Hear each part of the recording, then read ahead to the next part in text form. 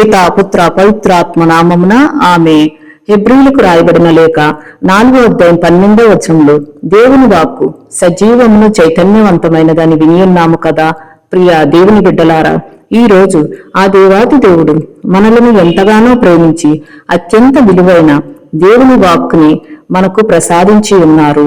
దేవుని వాక్యము తేనె కంటే తీయనైనది, మనకు మధురమైన ఆ దేవుని ప్రేమను అందిస్తుంది. ఆ దేవుని వాక్కు మన హృదయ ఆలోచనలను శోధించి మనలను ఖండిస్తుంది. ఆ వాక్కు మనల్ని సరైన మార్గంలో నడిపిస్తుంది. మన దేవుని వాక్కు సజీవమును చైతన్యవంతమైనది.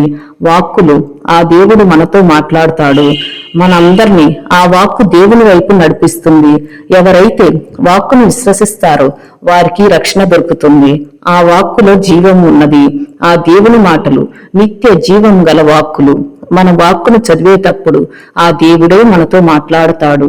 మన జీవితంలో అద్భుతములు ఆశ్చర్య కార్యాలు జరగాలంటే ఆ వాక్కును ఆలకించి పాటించి వాక్యానుసారంగా మనం నడవాలి.